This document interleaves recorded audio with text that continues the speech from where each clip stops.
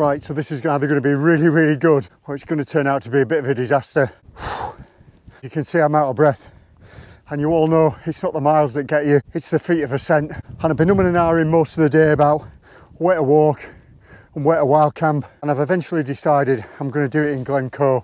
Now whereabouts was always going to be a source of contention, but I've parked at the pass and now I'm following the path all the way to the summit, or that's the plan, of Buachalettiv Beg. So you'll probably all recognise Buachalettiv Moor, which is a nice big pointy one on the entrance to Glencoe when you approach from the south or the east. And then this is its neighbour that's sandwiched in between that and Bidjan Nambian. So the plan is just to see how far I can get. I've got plenty of daylight left before I need to consider sticking the tent up, but it might be considerably windier further up I go. Somewhere flat might be at a premium, and I'm not entirely sure there's going to be any decent water sources, so I'll fill up early, deeply regretting that choice. I'm just going to see how it goes, and if I make it, I make it. If I don't, well, so what? I've done both these Munros before. It was a little while ago, long before YouTube and Instagram were a thing, so I kind of know what I'm coming up against. So if I don't make it to the summit and I camp anyway, it's still been a win. Wow, this is like the worst Stairmaster routine you've ever done, but the scenery is amazing. You can see Bidjan Nambian there, got the Anakiga Ridge running out along that way. It's just fantastic mountain scenery, but it's not giving itself away easily. Having said all that, the path is superb. Nice rocky steps, and although I'm moaning about it, it is making it rather easy going than it could have been. Right, time to count out another 100 steps.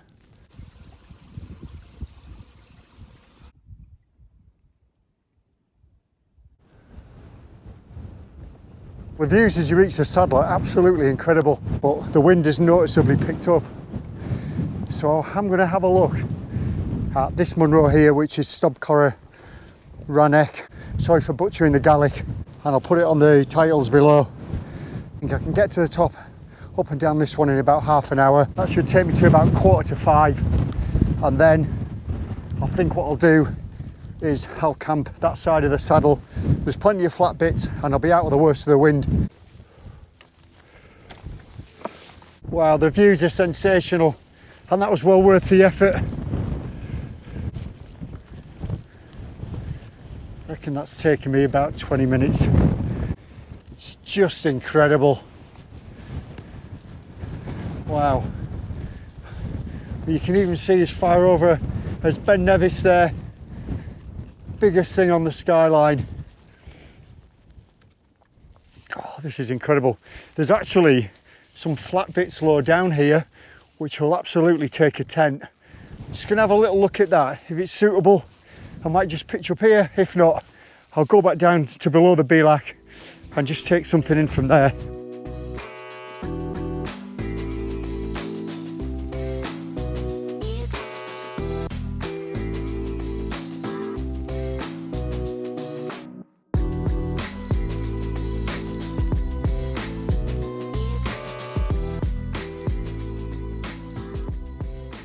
That's not bad at all, and it didn't take me long, and I'm getting a lot more confident with it. There's a bit more trial and error, but yeah, I'm digging it.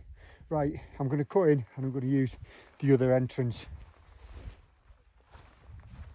because the view is just unbelievable.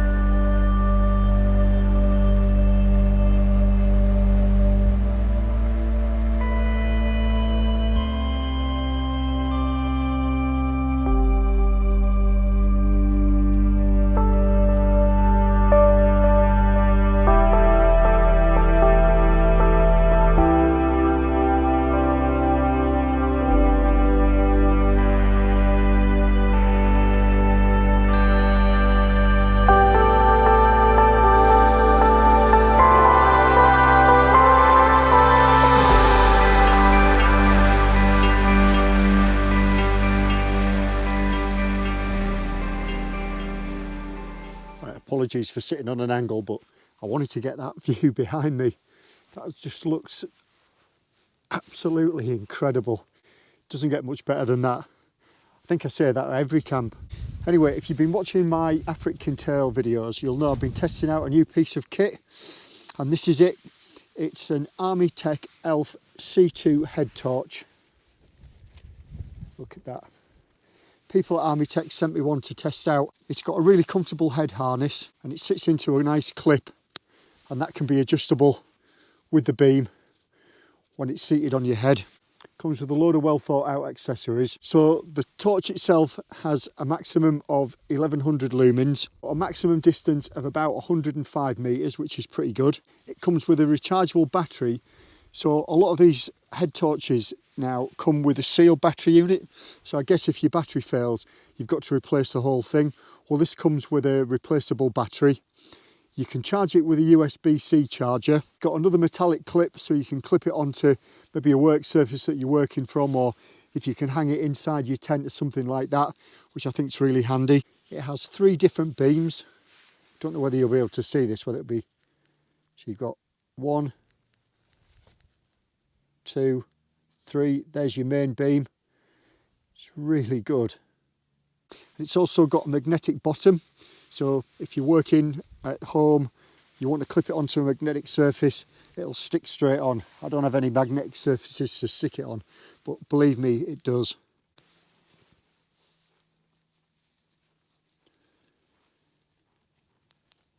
There you go.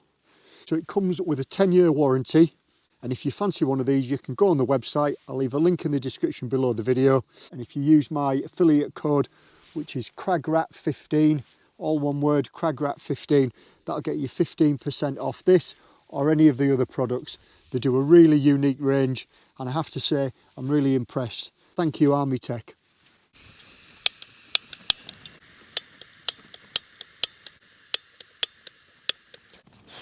A few moments later. See what I mean about the ignition switch? Be no gas left. Looks like we're gonna have a cold tea if this doesn't light. Hey, at last. So tonight, nothing fancy. Options hot chocolate to drink, and I've got myself a fire pot meal. I've got beef stew and pearl barley. So I'm going to tuck into those and enjoy an absolutely amazing sunset. Just can't believe the views. I mean, all the way over to Ballachulish. Biggest thing there is Ben Nevis. Got all the Mamors range. And in the far distance, and I don't know whether the GoPro picked this out, you've got Schiehallion. It's just tremendous.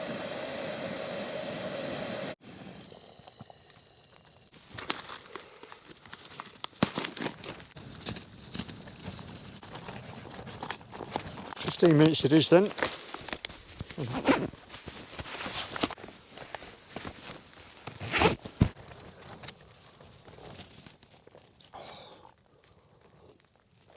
Buy that hot chocolate's nice. Right, so it's after 7 o'clock now, and believe it or not, I'm losing quite a lot of light. Going to boil some water up, going to make a hot water bottle, going to get it into bed, get it nice and warm, and I'm going to get in and join it. But a really long day. Don't know how much sleep I'll get tonight, but I'm pretty knackered. So if you've enjoyed the video, give it a like, leave a comment, let me know what you think. And if you haven't done so already, make sure you subscribe, and all that interaction helps the channel grow. Fingers crossed I get a decent night, but if anything changes, I'll definitely bring you back and let you know what's going on.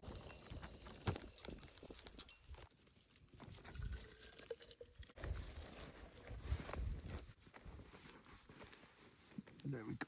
Right, I'll see you in the morning.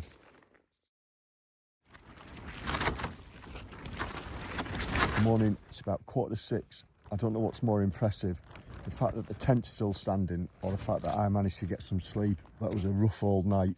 Just as I've started to speak, winds died down a little, but believe me, it was quite savage during the night. So what I'm going to do, I'm going to get packed up really quickly. I'm going to break the tent down and I'm going to get off the hill. I think I'll forgo breakfast and a brew this morning and get it when I get back out on the road. Give me 5 minutes and I'll break the tent down for you.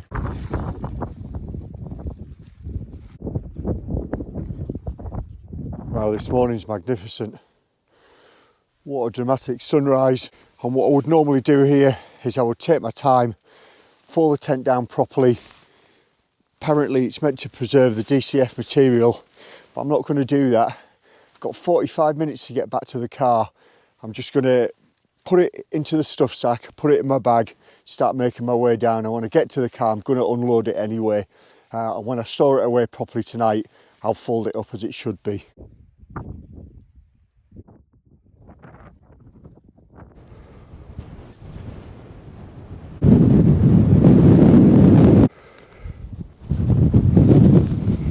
Just going to take it nice and steady getting off this rocky bit, and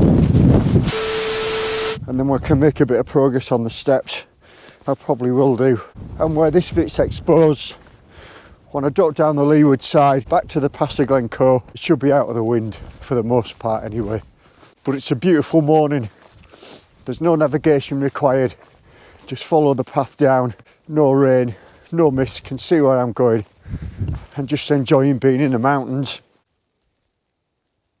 Well, this is a little bit easier going, but it's still hard on the knees. Now we're out of that wind, it does make all the difference. It's actually quite warm. And that's one thing I wasn't last night, cold. If anything, I think that's probably the Leviathan's last outing this year, or at least until sort of October, November time. Won't be my last outing though. Got loads planned this year. Hopefully some more multi-day trips. I really enjoyed the African Tail Way. So don't forget to check out the description. I'll leave links to all the routes, the US maps, the affiliate link to the Armytek ELF C2 torch. Go on their website, have a look around. There's loads of good kit.